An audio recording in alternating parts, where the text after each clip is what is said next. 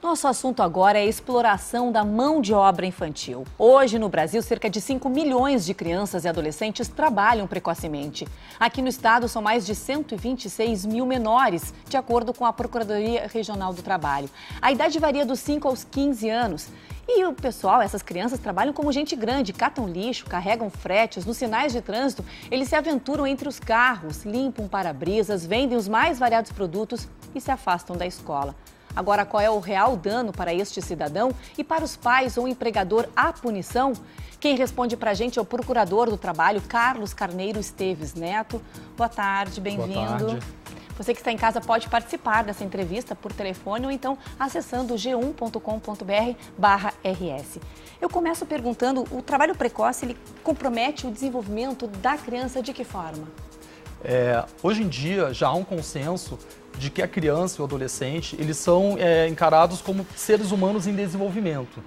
Então, quando você frustra, quando você usurpa as etapas do desenvolvimento saudável que se espera para uma criança, você acaba transformando, aliás, limitando as possibilidades dessa criança de se tornar um adulto saudável, do ponto de vista físico, mental, e causando prejuízos de várias ordens, né? Desde o ponto da perpetuação daquele ciclo de pobreza, que ele não vai ter condições de ter acesso a uma educação e, portanto, romper aquela barreira de miséria, como também do ponto de vista psicossocial. Mas que tipo de trabalho é considerado uma exploração de mão de obra infantil? Bom, a nossa Constituição, ela proíbe o trabalho de menores de 16 anos, com exceção do trabalho de aprendizagem, que é um trabalho que existe toda uma disciplina legal para garantir, né, uma adequação das condições de trabalho à condição da criança e do adolescente de ser humano em desenvolvimento. Mas em casa, o trabalho em casa, há exploração doméstica? A questão do trabalho infantil doméstico, ela é muito recorrente ainda, e ela passa por toda uma questão de mudança de mentalidade. Você atribuir ao seu filho determinadas responsabilidades dentro do ambiente doméstico é uma coisa. Agora, você delegar tarefas domésticas como limpeza, contato com produtos de limpeza, você está atribuindo condições inadequadas para aquela criança. E isso pode se configurar, sim, um trabalho doméstico. Mas a linha é muito tênue entre a exploração e a educação. Como é que o pai vai saber que ele está fazendo, de fato, assim, uma obra social para o seu filho? Bom, tem muito a ver de bom senso também, né? A partir do momento em que você, por exemplo, exige que seu filho mantenha organizado o seu ambiente, o quarto, enfim, esse tipo de situação, não configura, obviamente, uma exploração do trabalho doméstico. Agora, quando você coloca a criança como responsável pelos cuidados do lar, aí você está delegando, você está atribuindo uma função que, primordialmente, deve ser feita por um adulto, né? E qual é a punição para o pai? Para a mãe, para os pais? Na verdade, não existe uma punição específica para a exploração do trabalho da criança. O que existe são sanções de ordem civil que podem levar o pai desde uma advertência até mesmo uma suspensão do pátrio poder em situações mais graves, quando nós encontramos a criança em situação de completo abandono e exploração mais radical. Claro que se você tiver paralelamente à exploração de um trabalho infantil, uma situação que também configure crime, aí o responsável por essa situação também vai responder criminalmente. Vamos sair um pouquinho desse cenário de pobreza, vamos para o mais glamuroso. Daí eu pego o gancho aqui do Adilson Portela, que mandou para a gente uma pergunta pelo G1.